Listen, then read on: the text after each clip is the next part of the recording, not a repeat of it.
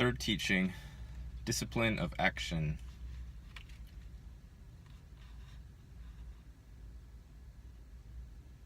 If you think understanding is more powerful than action, why, Krishna, do you urge me to this horrific act?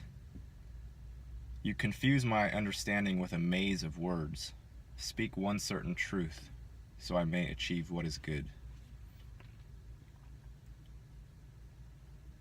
Earlier, I taught the twofold basis of good in this world. For philosophers, discipline knowledge. For men of discipline, action. A man cannot escape the force of action by abstaining from actions.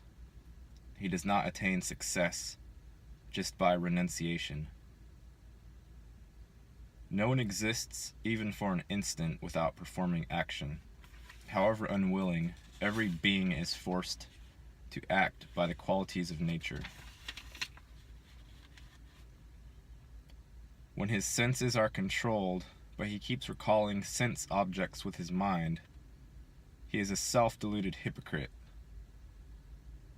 When he controls his senses with his mind and engages in the discipline of action, with his faculties of action, detachment sets him apart. Perform necessary action. It is more powerful than inaction. Without action, you fail to sustain your own body.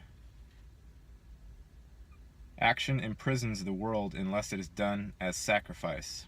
Freed from attachment, Arjuna, perform action as sacrifice.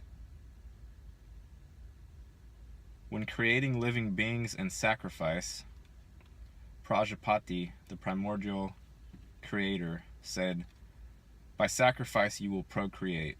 Let it be your wish-granting cow." Foster the gods with this, and may they foster you. By enriching one another, you will achieve a higher good. Enriched by sacrifice, the gods will give you the delights you desire. He is a thief who enjoys their gifts without giving to them in return. Good men eating the remnants of sacrifice are free of any guilt, but evil men who cook for themselves eat the food of sin. Creatures depend upon food.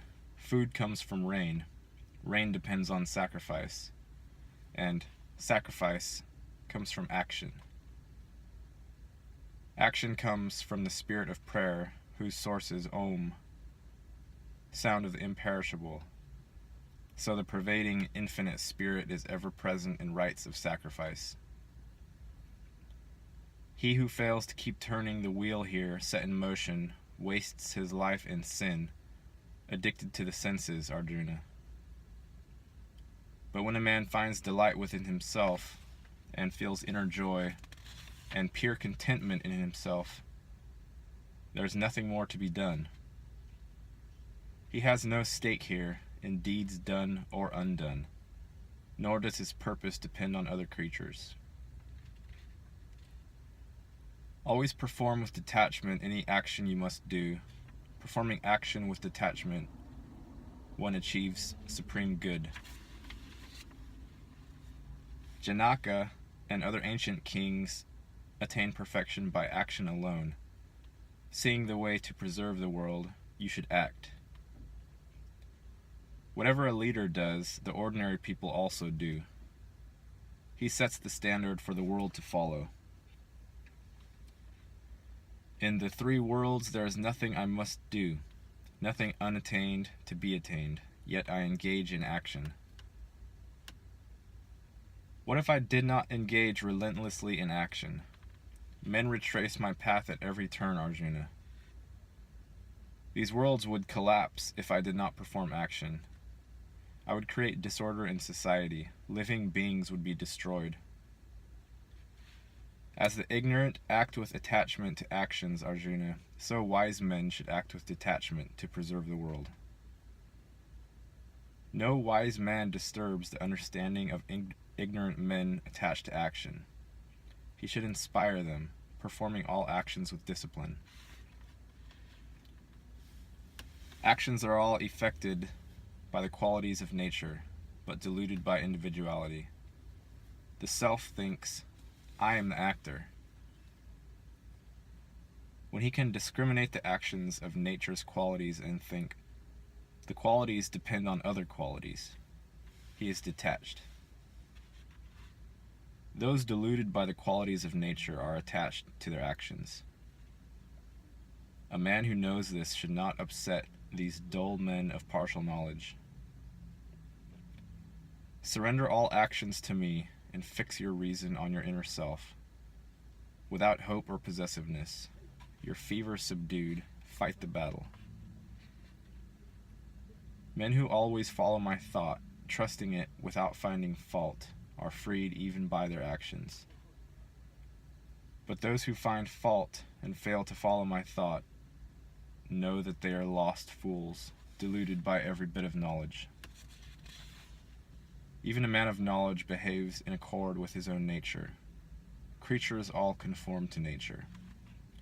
What can one do to restrain them? Attraction and hatred are poised in the object of every sense experience. A man must not fall prey to these two brigands lurking on his path. Your own duty done imperfectly is better than another man's done well. It is better to die in one's own duty. Another man's duty is perilous. Krishna, what makes a person commit evil against his own will, as if compelled by force? It is desire and anger, arising from nature's quality of passion. Know it here as the enemy, voracious and very evil. As fire is obscured by smoke, and a mirror by dirt, as an embryo is veiled by its caul, so is knowledge obscured by this. Knowledge is obscured by the wise man's eternal enemy, which takes form as desire, an insatiable fire, Arjuna. The senses, mind, and understanding are said to harbor desire. With these, desire obscures knowledge and confounds the embodied self. Therefore, first refrain your senses, Arjuna, then kill this evil that ruins knowledge and judgment. Men say that senses are superior to their objects, the mind superior to the senses, understanding superior to the mind. Higher than understanding is the self. Knowing the self beyond understanding, sustain the self with the self. Great warrior, kill the enemy menacing you in the form of desire.